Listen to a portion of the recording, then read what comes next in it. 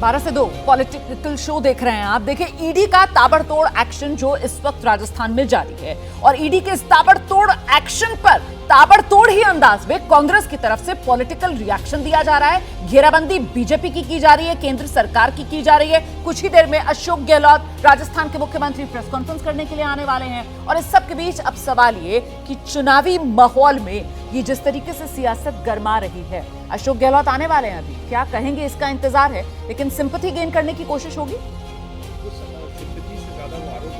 कहेंगे कि आप इस तरह से इसलिए कर रहे हैं क्योंकि आपकी हालत ख़राब हो रही है। हाँ। और वो ये कहेंगे कि आपने, चूंकि ईडी और ये जो जांच एजेंसियां हैं, इनकी जो क्रेडिबिलिटी है वो आज से नहीं, कई दशकों से इतनी ख़राब है कि जब भी आपको विश्वास मत हासिल करना हो और आप ईडी का इस्तेमाल करें, सुप्रीम कोर्ट में अपना पर्चा बढ़ाएं। ईडी सीबीआई की मैं बात कर रहा हूँ, समाजवादी पार्टी की जब यहाँ सरकार थी, कांग्रेस की जब सरकार थी, समाजवादी उनको मदद किया करते थे, तब से हमने इसको लगातार देखते आ रहे हैं। तो ये एक बहुत तरीके से पुराना खेल है। उसमें देखने वाली बात यह है कि जिस तरीके से अशोक गहलोत, जिनको एकदम राइट ऑफ कर दिया गया था, जिस तरह से वो एक लड़ाई में दिखाई दे रहे हैं, तो ये उससे भी जोड़ा जाएगा जो वहाँ के जो पॉलिटिक्स को समझते हैं, जानते हैं कि क्या वाकई में इतने मजबूत हो गए। और ये अभी शुरुआत है। अशोक गहलोत की तरफ से किया गया था कि साहब ये एक्शन इसी वजह से हो रहा है क्योंकि बीजेपी ये महसूस कर रही है कि वो हार रही है। लेकिन मेरा सवाल ये कि वो जो नैरेटिव एक था वो बदलेगा कैसे? इस सब के बावजूद आने वाले दिनों में इस तरह की ईडी रेड्स आपको और सुनाई देंगी उन राज्यों में जहाँ चुनाव होने वाले हैं। बिल्कुल। तो सिर्फ नैरेटिव भी बदलेगा क्या? अभी तक वो कल्याणकारी योजना है, लेकिन अब ईडी का एक्शन तो मतलब भ्रष्टाचार और उस मुद्दे को आगे बढ़ाना चाह रही है बीजेपी, जैसा कि हमने देखा पीएम की रैलीज में। देखिए, प्रधानमंत्री मोदी ने 10 रैलियों के अंदर हर बार इस बात का जिक्र किया है कि राजस्थान के अंदर corruption and law and order की सिचुएशन बहुत ज़्यादा खराब है। हाँ। और मैं किसी भी भ्रष्टाचारी को नहीं छोड़ूंगा।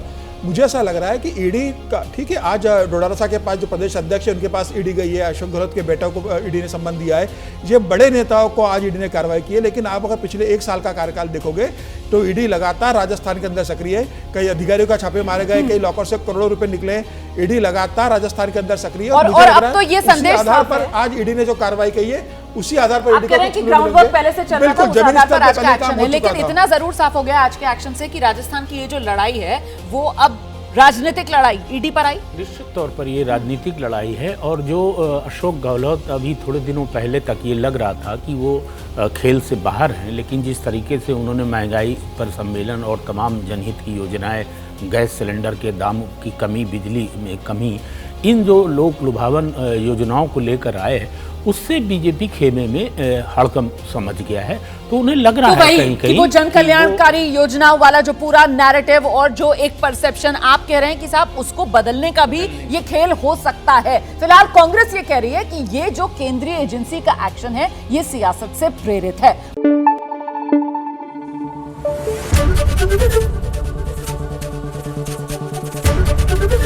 एबीपी न्यूज आपको रखे आगे।